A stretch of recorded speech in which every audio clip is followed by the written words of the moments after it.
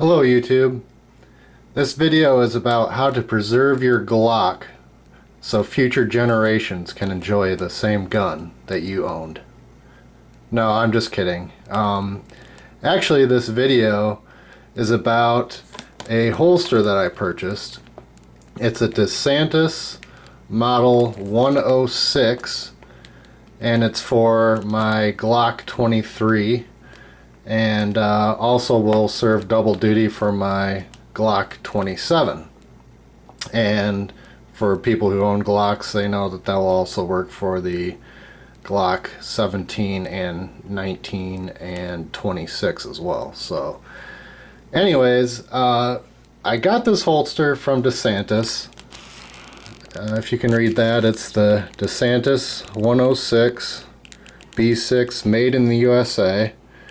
I purchased it because it's in the waistband holster, and it's also able to be tucked into your pants and a shirt to cover up the weapon, so it's pretty much entirely concealed. Right now it's kind of hard to see because I've got it in this packaging. Well, this packaging is a Foodsaver bag. I don't know how many of you are familiar with Foodsaver, but basically it's for vacuum packaging food to preserve it. Well, this holster came and it was really super stiff. It didn't fit the gun very well, and I was a little disappointed with it, but you know, it's a fairly inexpensive holster, so I couldn't get too upset about it. So anyways, I wanted to figure out a way to kind of expedite the break-in process and make it fit the gun a little better. And I was actually watching a video on how to make carbon fiber pieces. And a company that makes hypercars called Koenigsegg, they have these billet aluminum molds that they place the carbon fiber fabric in, and then they kind of vacuum mold the carbon fiber into these billet aluminum molds. And so from preserving food with the Foodsaver, I thought, hey, you know, if I could get this leather supple enough, I could actually vacuum package it like Koenigsegg does their carbon fiber and make the leather conform to the handgun. So in order to do this, I went and I got a product called Leather CPR, which is suitable for purses, jackets, furniture, car seats, shoes, boots, and equestrian tack. And you wouldn't necessarily have to use Leather CPR, but this is what I came across. It's a cleaner and conditioner. So other methods of getting leather soft, I know you can get some alcohol on it and use like a Vaseline or petroleum jelly product and get it soft that way. But this basically does the cleaning and conditioning all in one step, so that makes it easy. So what I did was I wiped down my whole holster with the Leather CPR. I actually used 3 coats. They say the more consecutive coats you use, the softer the leather will get. So I got the leather nice and soft, and then I wrapped my Glock, safety checked, no magazine, so don't worry, you know, plus the trigger's covered, so there's no way that the gun could fire. I wrapped the Glock with clear plastic, saran wrap. And I made sure to, you know, get it nice and tight against the frame and trigger guard and everything, so that when I vacuum saved the leather to it, it would perfectly conform to the weapon.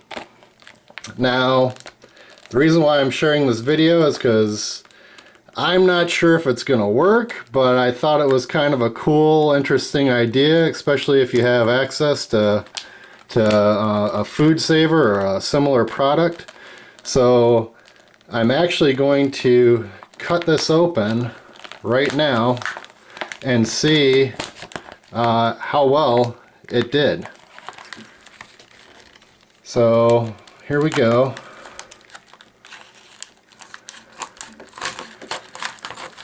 It's been in this bag now for about 2 days. So let's see here.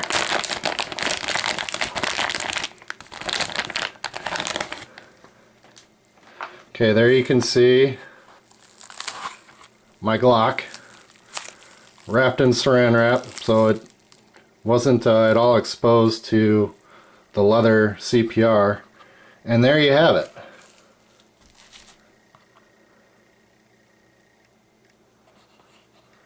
Basically, wow, that worked really well.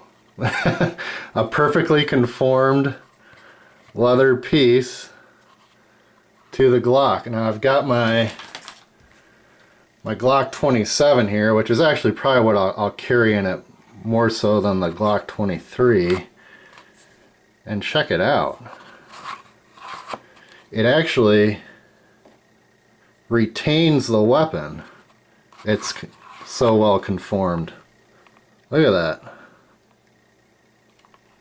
So there's a pretty cool trick there. Now for the holster itself, again, this is the DeSantis Sof-Tuk, SOF-TUK, I believe is how they spell it. Really reasonably priced holster, and that's really why I bought it. I think it was less than $25. And one advantage to it is that it can be completely concealed. Here I removed the clip from the back side of the holster, and you know, since it was so cheap, I made a few just minor adjustments to it. Again, to install the gun in, what I did was I clearanced the leather here, so when I go to draw the weapon, I could get my finger up underneath the trigger guard, because before it kind of went straight down and kind of impeded my grip on the gun, especially a Glock 27 or a 9mm Glock 26, one of these subcompact baby Glocks. You really need to get at least 2 fingers on there. So I just clearanced that out.